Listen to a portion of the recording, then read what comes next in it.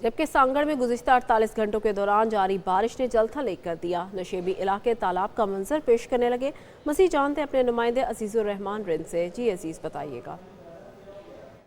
जी बिल्कुल, आपको बताया चलूँ गुज़िश्ता 48 घंटों से कभी हल्की कभी तेज़ बरसात का सिलसिला सांगड़ और सांगड़ के गिरदोनवा आपको बताया चलूँ खिपरो और जाम नवाज़ अली झोल सिंजोरों में भी बरसात का सिलसिला जारी है। कभी हल्की कभी तेज़ बरसात का सिलसिला जारी है। सांगड़ शहर की अगर बात कर ली जाए तो सांगड़ शहर में भी 48 घंटों से बरसात का सिलसिला जारी है। 48 घंटों से जो बरसात हो रही है उसके जो नशेबी इलाके हैं सांगड़ शहर के वो ज़ेर आब आ चुके हैं। पानी मौजूद होने की वजह से यहाँ पर जो रहने वाले लोग हैं उनको सख्त मुश्किलात का सामना करना पड़ रहा है।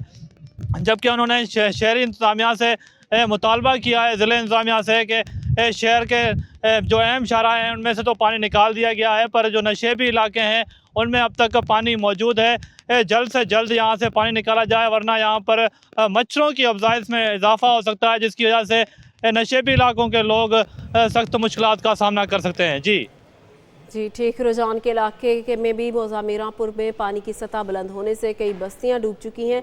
मज़ीद तफसीलात जान लेते हैं अपने नुमाइंदे मलिक उज़ैर से। जी उज़ैर बताइएगा क्या तफसीलात हैं। जी बिल्कुल, इस वक्त मैं मौजूद हूँ दरिया सिंध के मकाम पर, जहाँ पर जो है कच्चा मीरापुर में जो है वो जहाँ पर पानी की सतह में जो है वो इजाफा देखने में आ रहा है। अगर इस वक्त मेरे साथ एक मुतासरा शख्स मौजूद है, उनसे बात। शुक्रिया इनके हम अदा करते हैं कि ये हमारा आदमी जो फंसा हुआ था इन लोगों ने निकाला है। अभी इन लोगों का हम शुक्रिया अदा करते हैं। पानी का इजाफा भी ज्यादा हो रहा है।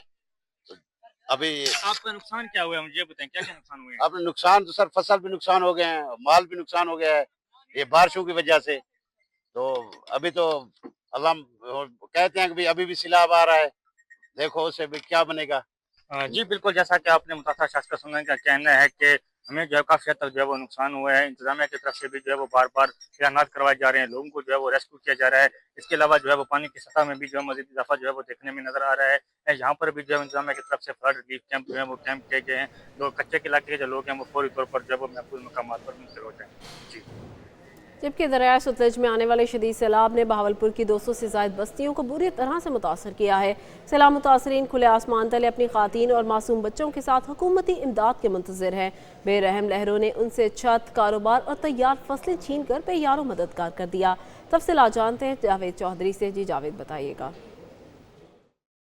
जी मुतासरीन ने सैलाब जो हैं उनकी फसलें तबाह हो गई हैं, जानवरों के लिए चारा नहीं है और वो इस बारिश के हालात में अपना इलाका छोड़कर दूसरे इलाकों में बेसरो समानी के आलम में पड़े हुए हैं। हुकूमत की तरफ से किए जाने वाले दावे कितने सच्चे हैं, इनसे जानते हैं कि इनको क्या क्या मिल रहा है। पानी है का ना कुछ है, माल पानी कितों खड़े थिया, बाल बैठे थे भूखे से, बाहर झले दे बैठे, ना आटा है ना दाना है, रही मोग गया जई मोग गया, और क्या करूँ। जी जिस तरह उन्होंने बताया कि उनके लिए ना तो कोई खाने पीने का इंतज़ाम किया गया है, ना ही उनके लिए कोई खैमे, ना मेडिकल, कोई भी सहूलत नहीं दी गई। हुकूमत से उनका यही मुतालबा है कि उनके लिए भी सहूलियात फराम करे, उनके जानवरों के लिए वंडा फराम करे और उनके लिए खुराक का बेसिक इंतज़ाम करे। जब तक वो इस बुरे हालात से गुजर रहे हैं, जब तक ये सैलाबी सूरत हाल है, इस वक्त तक हुकूमत उनके खाने पीने का बेहतर इंतज़ाम करे, उनका ये बुनियादी हक बनता है। जी चिनाब नगर की तारीख का बदतरीन सैलाब कई इलाकों को उजाड़ने के बाद गुजर गया, लेकिन इसके तबाहकुन असरात अब भी बरकरार है। मुतासरा इलाकों में वबाई अमराज फूट पड़े हैं, जिससे लोगों को शदीद मुश्किलात का सामना है। मज़ीद तफसीलात जान लेते हैं मेडिकल कैंप में मौजूद अपने नुमाइंदे फयाज अहमद फैजी से। जी फयाज बताइएगा। जी बिल्कुल, चिनाब नगर की तारीख का 10 लाख क्यूसेक का सबसे बड़ा सैलाबी रेला आया और तबाहियाँ मचाते हुए गुजर गया। उन्हीं से डॉक्टर साहब हमारे साथ मौजूद हैं, उन्हीं से बात कर लेते हैं। सर बताइएगा, इतना बड़ा फ्लड आया है और बाद में वबाई अमराज भी फूट पड़ी हैं, तो इस हवाले से क्या कहेंगे? और इसकी बुनियादी वजह ये मालूम होती है कि पानी के साथ जो फुजला जात वगैरह जो गंदगी के ढेर थे वो पानी से मिक्स होकर आए हैं और वो जिस जिल्द को भी उन्होंने टच किया है वो उस पर काफ़ी गहरा असर किया है।